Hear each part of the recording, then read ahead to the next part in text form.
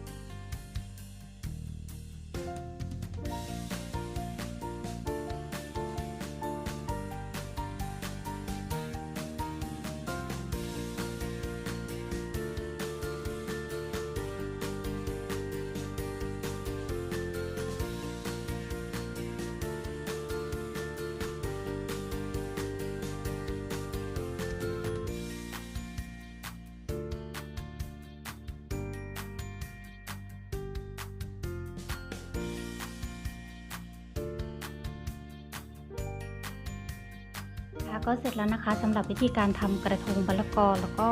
เป็นการผสมผสานใบตองเข้าไปด้วยค่ะสวยงามทำง่ายมากๆ สำหรับคลิปนี้นะคะก็ฝากเพื่อนๆช่วยกดไลค์กดติดตามและกดแชร์เพื่อเป็นกำลังใจให้กับป้าด้วยนะคะ